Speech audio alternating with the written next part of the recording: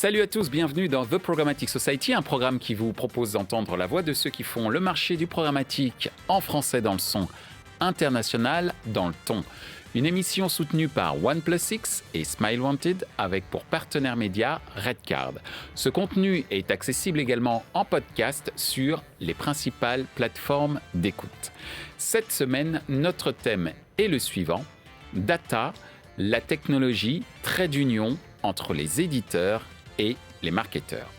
Les cookies tiers étant amenés à disparaître, les first party data reviennent sur le devant de la scène.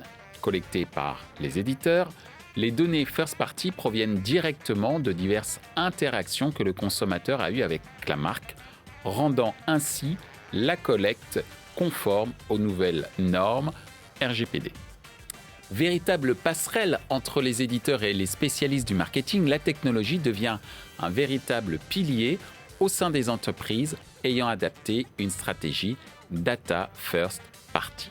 Afin d'échanger sur le sujet, nous demanderons à nos invités comment la valorisation des données First Party va impacter le marché publicitaire, comment la technologie aide-t-elle à tirer profit des données First Party et à encourager les clients à partager les données.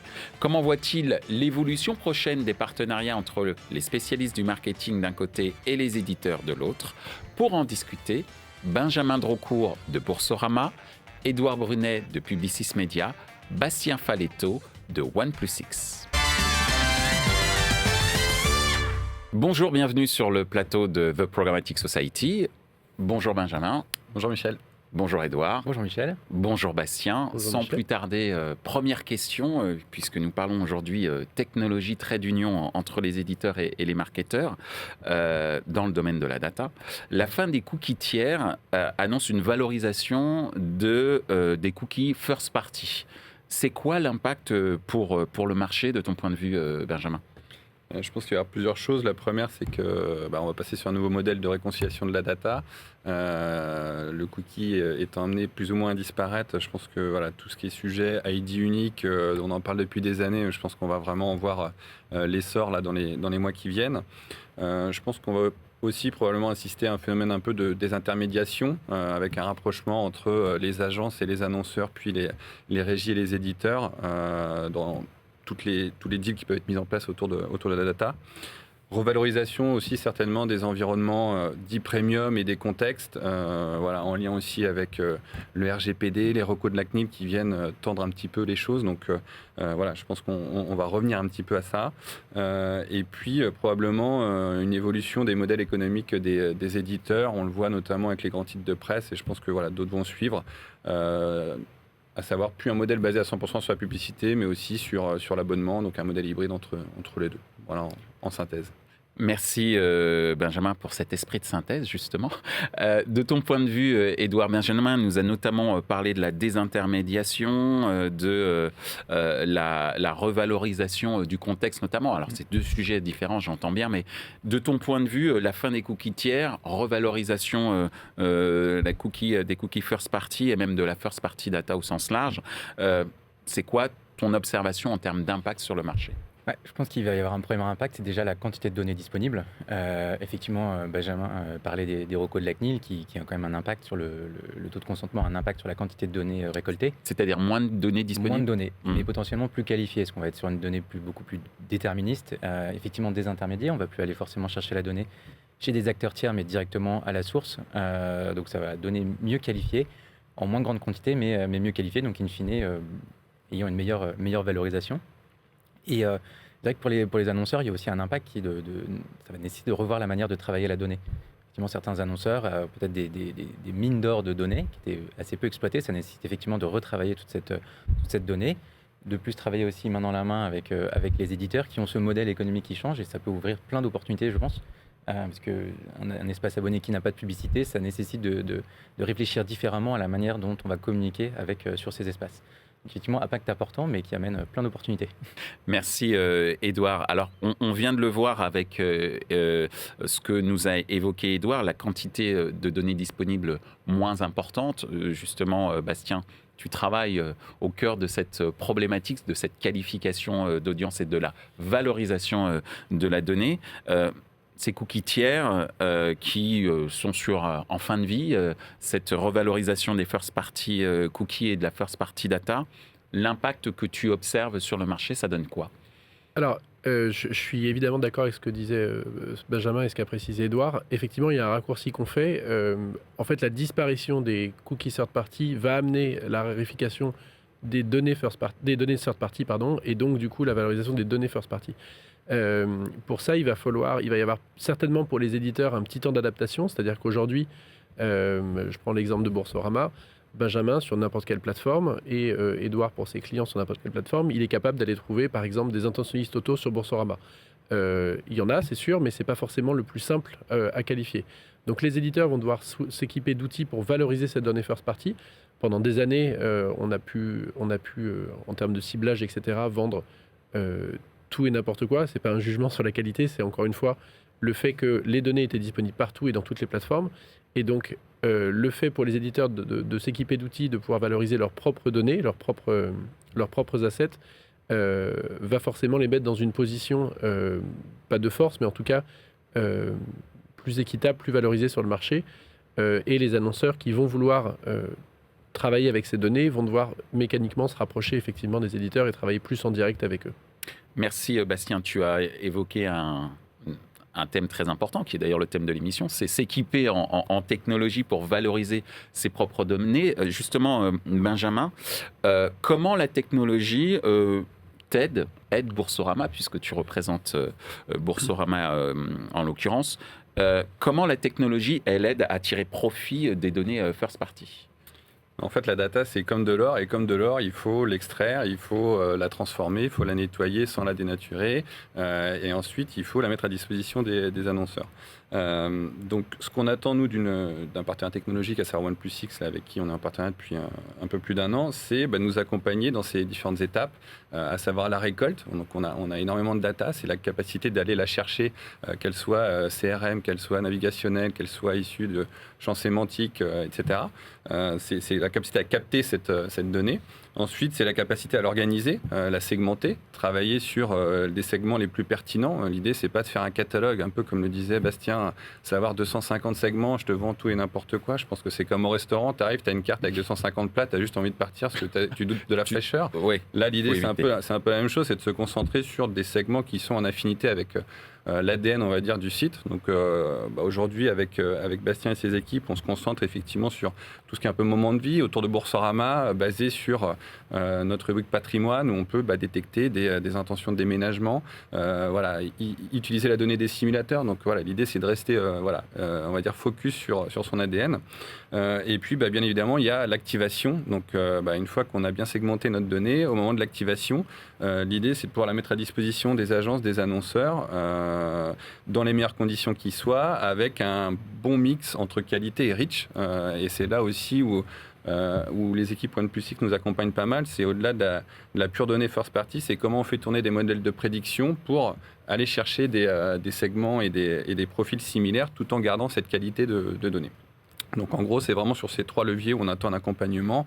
Pour résumer, en gros, on attend que notre partenaire transforme l'or en argent, tout simplement. et plus globalement aussi, c'est un accompagnement. Je pense que c'est bien d'avoir une Rolls ou une voiture de rallye. Maintenant, c'est quand même mieux d'avoir un copilote à côté. Sinon, on n'en exploite qu'une partie. Donc je pense que ça, c'est valable pour toutes les technos. Et c'est là où c'est important pour nous. Et OnePlus6, on a des points quasiment chaque semaine pour tirer le meilleur de la techno.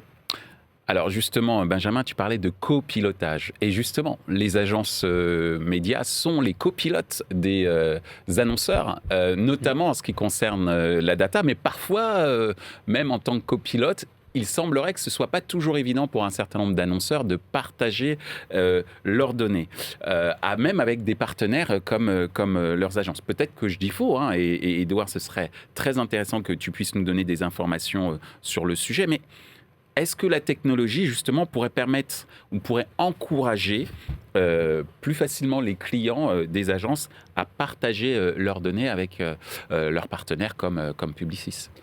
Alors, nous, en tant qu'agence média, on va être là pour les conseiller justement, et tout le travail de raffinage dont parlait Benjamin, on va être là pour les aider, les accompagner, parce qu'effectivement, c'est un travail qui était peut-être moins fait, en tout cas chez certains annonceurs, que le travail qui avait été fait historiquement avec les DMP chez les éditeurs. Donc nous, en tant qu'agence, on est là pour les conseiller, que ce soit chez Publicis Media ou toutes les agences du groupe, toutes les sociétés du groupe Publicis. Alors après, sur le partage, effectivement, la technologie va aider. Grâce à la technologie, on va pouvoir partager beaucoup plus facilement et avec un contrôle accru. Maintenant, l'idée, c'est pas de partager à tout va, c'est aussi de trouver les bons use cases. Est-ce que les différents cas d'usage qu'on pourrait imaginer sont pertinents pour envisager un partage ou pas? Et c'est surtout derrière quel modèle on trouve autour de ce partage. Entre les différents, ça peut être entre différents annonceurs ou avec différents acteurs. Voilà, je trouve qu'il y a un modèle à créer, qui est à inventer aussi, qui est tout nouveau. Ce modèle est réellement à inventer. Donc oui, la technologie va permettre de partager beaucoup plus facilement. Maintenant, reste à trouver tous les cas d'usage et à entamer ces nouvelles discussions. Tu parles de modèle, ça veut dire qu'il faut peut-être un modèle en fonction des différents annonceurs, puisqu'on parlait d'ADN tout à l'heure, d'être focus sur son ADN. Et aujourd'hui, on peut considérer la data comme une sorte d'ADN marketing des entreprises, des annonceurs. Ce modèle, il est personnalisable ou en tout cas personnalisé. Oui, c'est de toute façon du cas par cas. Pourquoi ? Parce qu'un annonceur qui va avoir une donnée précise ou effectivement, ou un acteur comme Boursorama qui va avoir une donnée très segmentée, pour un annonceur, elle va avoir énormément d'importance, pour un autre, beaucoup moins. À l'inverse, la donnée de l'annonceur va peut-être avoir beaucoup d'importance pour Boursorama et celle d'un autre annonceur, beaucoup moins. Donc vraiment, en fonction de l'annonceur, de toute façon, sont des modèles à trouver au cas par cas. Qu'est-ce que chacun peut tirer de ces partenariats, que ce soit en termes financiers, en termes d'activation, en termes de meilleure segmentation. Et je pense qu'avec la disparition des cookies tiers, il y a toute cette partie insight et apprentissage, insight marketing, qui va être à développer et qui offre plein de nouvelles discussions potentielles. Merci Edouard. Alors, on a parlé de copilotage. Il y a une époque dans les avions, il y avait le pilote, le copilote et on va dire le pilote mécanicien. On peut dire que c'est un peu le rôle de OnePlus X qui, d'une certaine manière, va aider dans la mécanique, entre guillemets, sur la captation de ces différentes data, les partenaires éditeurs et leurs propres partenaires agences dans le cadre justement de cette meilleure connaissance des utilisateurs. Toi, l'observation que tu as pu faire sur l'exploitation de la technologie pour tirer profit des données first party côté éditeur, et de l'autre, le fait que ça puisse faciliter les annonceurs, ou en tout cas les agences, à avoir des informations de la part de leurs annonceurs. Quelles sont les observations que tu as pu observer ? Que tu as pu faire, pardon. Nous, en tant que plateforme techno, mais je pense que c'est le cas de tous mes collègues qui ont les mêmes activités, on a une mission qui est double, c'est-à-dire à la fois fournir une infrastructure qui est assez large pour que tout le monde s'y retrouve. C'est pas possible aujourd'hui pour une technologie de faire du sur-mesure pour chaque client. Enfin, je m'entends. Donc, l'idée, c'est d'avoir une plateforme qui ait des capacités assez larges pour que chaque client puisse faire du sur-mesure à l'intérieur. Je sais pas si tu... Tout à fait. Voilà la différence qui est assez faible. Et après, effectivement, l'idée, c'est de les accompagner sur ces différents use cases. On parle souvent quand on parle de partage de données, quand on parle de valorisation de données annonceurs, etc., on tombe assez vite à parler de Google, à parler de Facebook, etc. La raison pour laquelle aujourd'hui ça fonctionne bien pour Google, Facebook, au-delà de la donnée, au-delà de plein de choses, c'est que c'est facile. En fait, c'est une plateforme techno, c'est simple. L'annonceur, il prend sa donnée, alors je schématise un peu, il prend sa donnée, il la met dans la plateforme, qui est plus ou moins sécurisée, et ensuite il va pouvoir la valoriser, faire de l'achat média, etc. Aujourd'hui, notre rôle en tant que technologie, c'est d'arriver à mettre ce type d'outils à disposition de nos clients pour qu'ils puissent non seulement répondre aux mêmes exigences pour les agences, parce que les agences et les annonceurs se sont habitués à cette facilité. Donc derrière, si c'est trop contraignant, si c'est trop compliqué et si c'est pas sécurisé, elles n'ont pas d'intérêt à le faire. Donc notre métier, c'est vraiment d'arriver à mettre cette infrastructure qui soit sécurisée, qui soit souple et assez ouverte pour que chacun s'y retrouve. Aujourd'hui, c'est le métier des plateformes comme la nôtre. Alors justement, pour que chacun s'y retrouve, c'est dans le but de faire des partenariats qui soient profitables pour chacune des parties. Justement, ces fameux partenariats, comment vous voyez l'évolution à venir de la relation entre les annonceurs et les éditeurs, de ton point de vue, Benjamin ? Je pense que on va tendre vers un modèle où on va avoir un peu plus de transparence. On en parle beaucoup, mais on a du mal à l'avoir. Donc là, je pense que c'est une case nécessaire. Un peu plus de confiance entre les différentes parties et j'espère peut-être aussi un peu plus d'implication des annonceurs. C'est vrai que dans les relations, on dit tripartite, mais sont souvent bipartites. Ça se limite souvent à l'agence, à la régie, l'éditeur. Et voilà, si on veut aller vers des deals un peu plus spécifiques, des stratégies de partage de données, voilà, je pense que ça nécessite une vraie implication tripartite et donc de l'annonceur.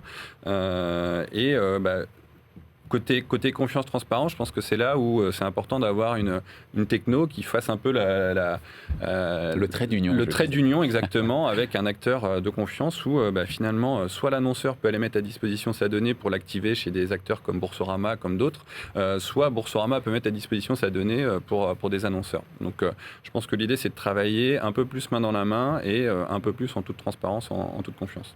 Merci Benjamin. À l'instant, Benjamin et Edouard nous expliquaient qu'il fallait un peu plus d'implication de la part des annonceurs.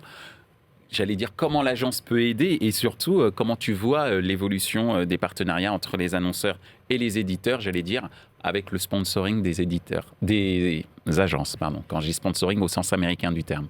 Oui, déjà c'est quand même les partenariats ou les discussions avec les éditeurs, c'est des choses, des partenariats naturels qu'on a depuis de toute façon de nombreuses années et ça a toujours été voilà, l'ordre du marché d'avoir des partenaires éditeurs très forts. Effectivement, avec tous ces bouleversements, notre rôle de conseil en tant qu'agence Just Media, mais aussi sur des problématiques data, se renforce.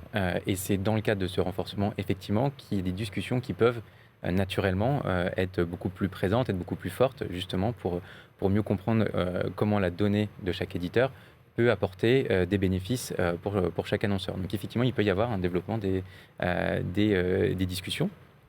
Et je pense qu'il y a un point qui est important, c'est que tous ces bouleversements autour du cookie tiers vont bouleverser l'activation. On parle beaucoup d'activation là. Il y a aussi tout le bouleversement de la mesure. La mesure de la performance. Aujourd'hui, on se repose énormément sur les cookies tiers pour mesurer la performance. On va devoir de plus en plus, et c'est des process qui sont déjà engagés, se reposer sur de la performance business qu'on va mesurer. Est-ce qu'il y a un uplift de vente? Est-ce qu'il y a un uplift derrière de personnes qui s'enregistrent sur le site? Vraiment, aller sur des KPI beaucoup plus business, plus difficile à mesurer aussi. Et pas forcément facile à partager. Exactement, parce qu'il faut comprendre quel est l'impact de chaque activation, donc beaucoup plus difficile à mesurer. Mais c'est là où aussi on va pouvoir amener ça dans les discussions avec les éditeurs. C'est mieux comprendre quel est l'impact de l'audience d'un éditeur sur le business final d'un annonceur et comprendre que il y a peut-être une grande partie des nouveaux clients d'un annonceur qui se trouvent chez Boursorama et donc cette audience est effectivement très importante pour l'annonceur. Donc voilà, ça amène des nouvelles discussions autour d'enjeux business qui sont aussi très, très intéressants à développer. Merci Edouard. Alors justement, à l'instant, Bastien, Edouard vient de nous évoquer cette problématique autour de la mesure de la performance, une performance plus business et moins marketing. On veut du concret maintenant, et surtout en période de crise, j'allais dire. Et au-delà de ça, la technologie permet toujours de pousser un petit peu plus loin le champ des possibles. Comment toi tu vois l'évolution prochaine des partenariats entre les annonceurs et les éditeurs? Et il y a aussi une notion qui est assez intéressante et on va revenir tout à l'heure encore, c'est la notion de confiance et de transparence. Toi, comment tu vois les choses évoluer en termes de partenariat entre les annonceurs et les éditeurs? Alors, moi je vais prendre l'axe de la technologie et de la donnée. Le premier point, c'est que la donnée aujourd'hui, c'est une monnaie d'échange. C'est souvent une monnaie d'échange en tout cas, c'est-à-dire qu'elle intervient sur on a un gros deal média, on va y ajouter un petit peu de données. Je ne parle pas de ciblage, je parle vraiment de partage de données. On a des investissements importants, on va y ajouter un petit peu de données, etc. Je pense que la donnée va reprendre une place à part entière, c'est-à-dire qu'elle va, comme on disait tout à l'heure, être revalorisée et prendre une place qui lui est plus honorable, voilà, exactement. Je cherche un peu mes mots. Et ensuite, d'un point de vue technologique et sur la partie partenariat, partage de données, on a un concept sur le marché qui existe, qui s'appelle le concept des clean rooms, c'est-à-dire une technologie dans laquelle on va pouvoir onboarder des données, les hacher, je simplifie un petit peu, et les mettre à disposition d'un tiers sans que ce tiers n'ait accès aux données et sans que le fournisseur de données n'ait accès aux données du tiers. Nous, on a également une plateforme qui est une clean room, mais qui est une clean room un petit peu augmentée. Si on regarde un petit peu le futur de la publicité, la façon dont vont fonctionner les activations et le partage, On va avoir des activations qui vont être contextuelles. Je mets ça de côté parce que ce n'est pas le sujet aujourd'hui. Des activations qui vont être basées sur des utilisateurs, donc sur des internautes, sur un ID, et des activations qui vont être basées sur des groupes d'internautes. On peut appeler ça cohorte. En ce moment, c'est un mot à la plutôt un mot à la mode. Ça faisait longtemps que ce mot-là n'était sorti de mon vocabulaire. Mais on peut aussi appeler ça, comme on appelle ça depuis des années, un segment d'audience ou une audience. Donc nous, cette clean room augmentée, elle a pour vocation de répondre à la première partie, qui est la partie ID matching, et le fait de pouvoir partager des données sans finalement avoir peur de data leakage, etc., et en gardant le contrôle sur ces données-là, mais en y ajoutant un petit peu cette couche d'intelligence dont Benjamin parlait tout à l'heure, c'est-à-dire de la modélisation, de l'intelligence, et la capacité aussi d'aller valoriser les données des annonceurs, parce que je crois, Edouard, que le but de l'annonceur au final, c'est quand même d'avoir de la couverture et d'être capable de délivrer une campagne. Merci. Merci Bastien. Une question finale. Il y a un mot-clé que tu as utilisé tout à l'heure, Benjamin, c'est le mot confiance. Est-ce que, en fait, la stratégie de valorisation de la data, c'est une question de technologie ou c'est une question de confiance au final? Parce que quand même, on est là pour faire du business, hein, soyons clairs, et que le business est basé quand même sur la confiance que l'on a avec son interlocuteur et qu'il peut y avoir entre les deux personnes qui font transaction. De ton point de vue? Les deux, mon capitaine. Non, et même plus, je pense qu'en fait, si on veut que ça fonctionne et surtout s'inscrire dans des relations long terme, l'idée, c'est pas de faire des one-shots, de faire des coups. Je pense que ça, on est passé à autre chose.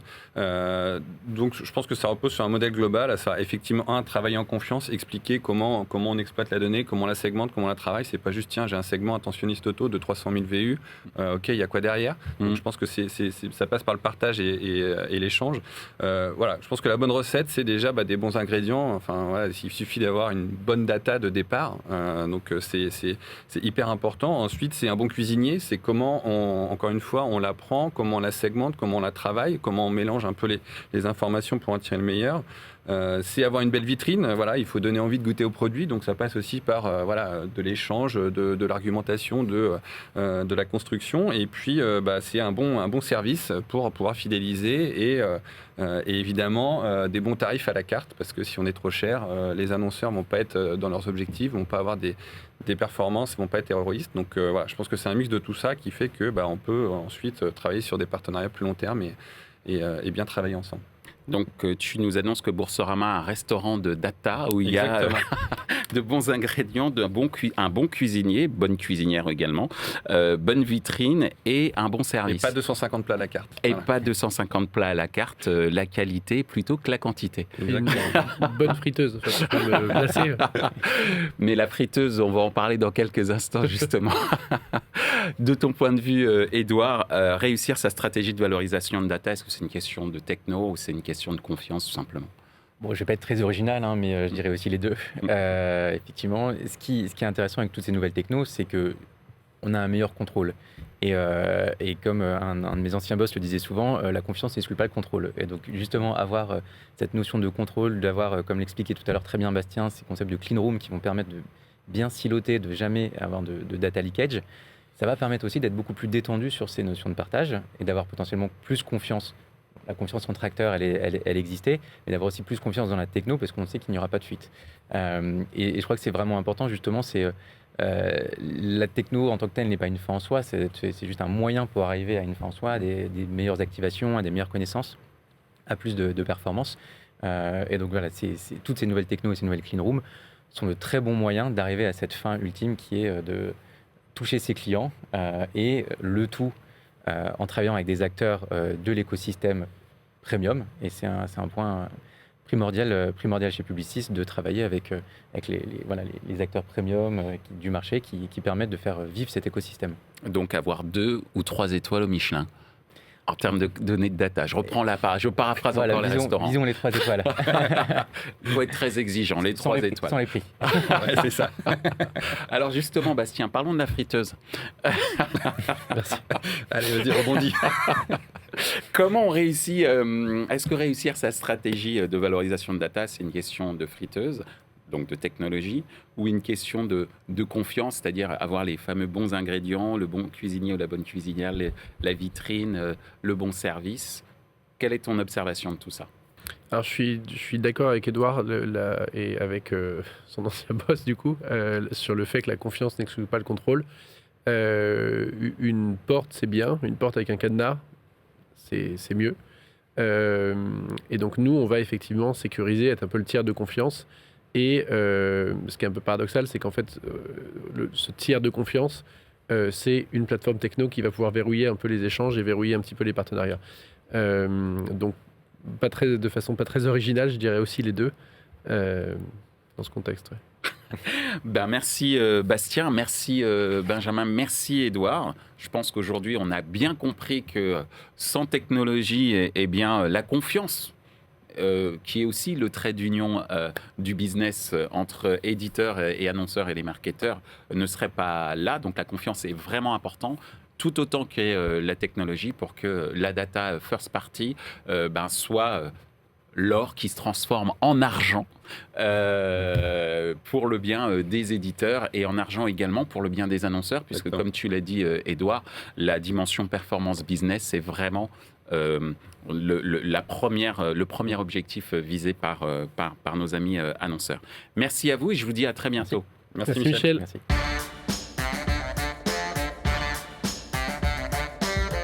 Ainsi s'achève ce débat autour de l'impact des données sur la relation entre éditeurs et spécialistes du marketing, les annonceurs.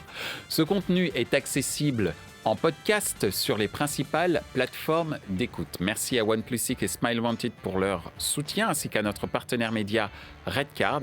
Merci également à l'ensemble des équipes d'Altis Media pour la réalisation de ce programme.